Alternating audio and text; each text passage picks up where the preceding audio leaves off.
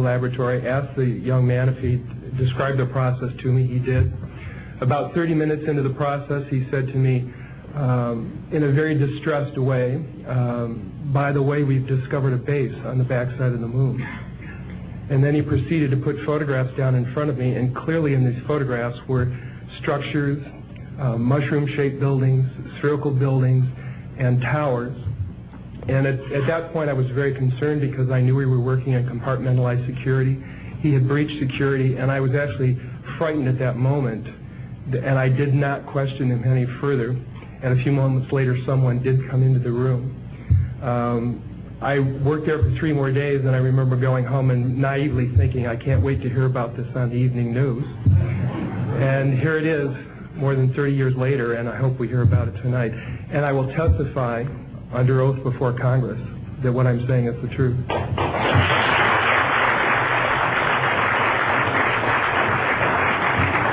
Thank you, Carl. Good morning, everyone.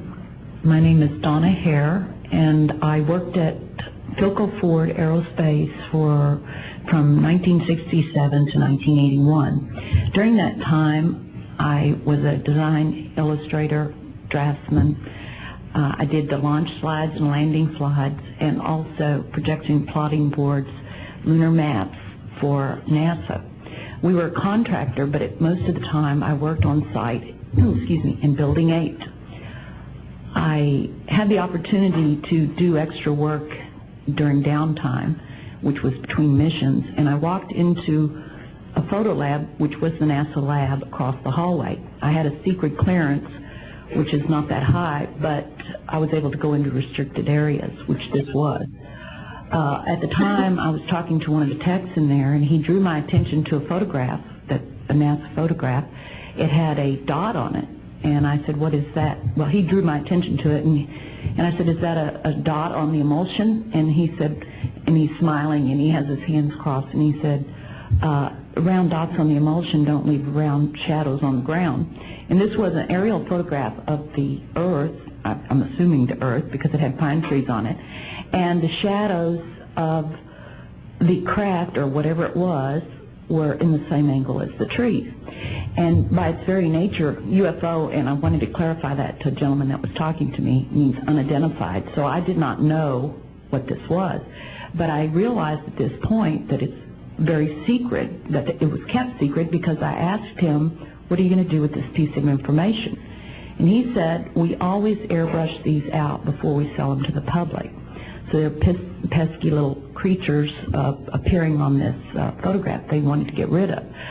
After that, I decided I would ask questions to other people that worked there. And I found that I had to ask them away from the site and not on site. A guard told me that he was asked to burn some photographs and not to look at them.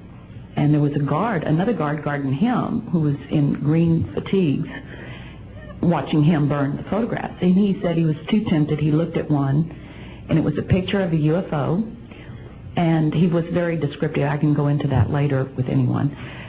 He immediately was hit in the head, and he had a big gash in his forehead. He was knocked out, and he's terrified, so he would have to be protected. Another incident, I knew someone in quarantine with the Apollo astronauts. He told me that the Apollo astronauts saw craft on the moon when we landed, and that is what he told me. And he also was afraid. He said that the astronauts are told to keep this quiet. They're not allowed to talk about it. So I do want to let you know that I worked out there for a number of years, and I ran into this. So it's not something everyone knows that works out there for a long time. My boss didn't know about it. Some people that sat right next to me didn't know about it. It's very strange, because I don't know how they can do it, but they can let some people know about it and then others not. I'm willing to testify before Congress that what I'm saying is true, and thank you very much. Thank you.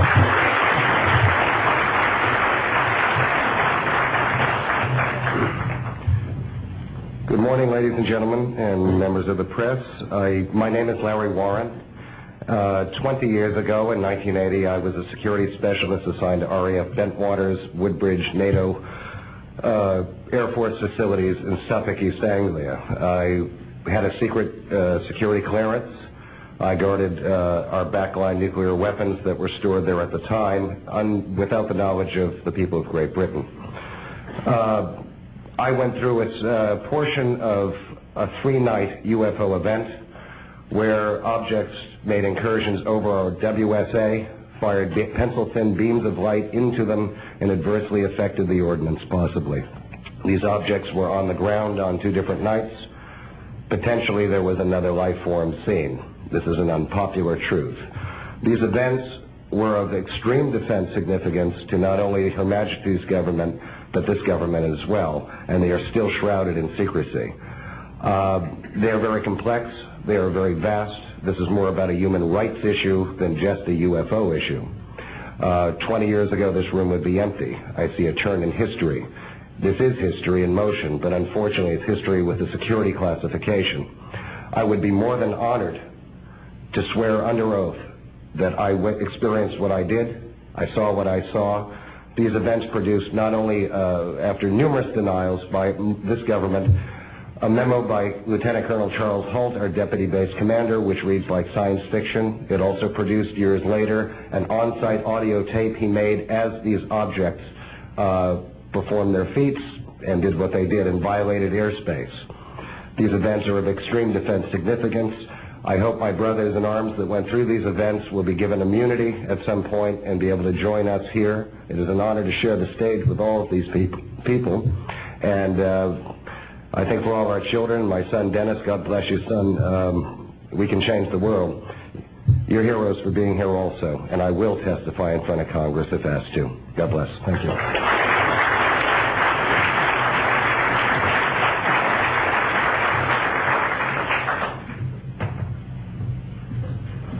Hi, my name is George Filer III.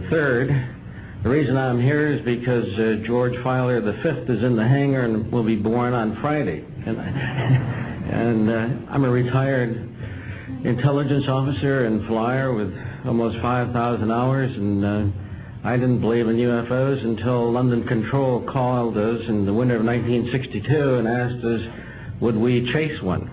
And we said, sure.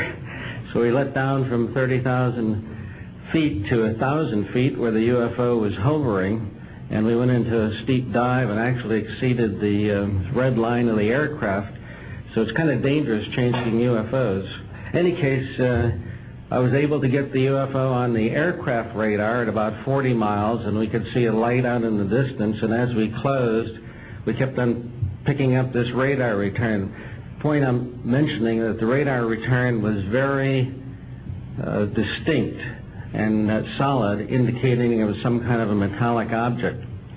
We got about a mile from the UFO, and it kind of lit up in the sky and went off into space, very similar to what the shuttle looks like when it takes off. Later on, I was working in intelligence. In Vietnam, I briefed General Brown about UFOs. When I was in 21st Air Force, McGuire Air Force Base, briefed General Glau about a UFO over Tehran, Iran in 1976. That 2 F-4s from the Iranian Air Force had taken off and tried to intercept the UFO, and when they turned on their fire control systems, they immediately went on. All the electrical systems went out, the planes had to return to base. This was particularly significant because it was also picked up on satellites. In 1978, on January 18th, I was going into the base. Every morning I did the briefing to the general staff, and I noticed that there are some lights off in the distance at the end of the runway there. And when I got into the command post, the Senior Master Sergeant in charge said that there had been UFOs in the pattern all night. They're on radar. The tower had seen them. They got in aircraft reports and so on. And that one had landed or crashed at Fort Dix. Fort Dix and McGuire are right together. And this is kind of like the Roswell of the East. But in any case, an alien had come off the craft and had been shot by a military policeman, and apparently was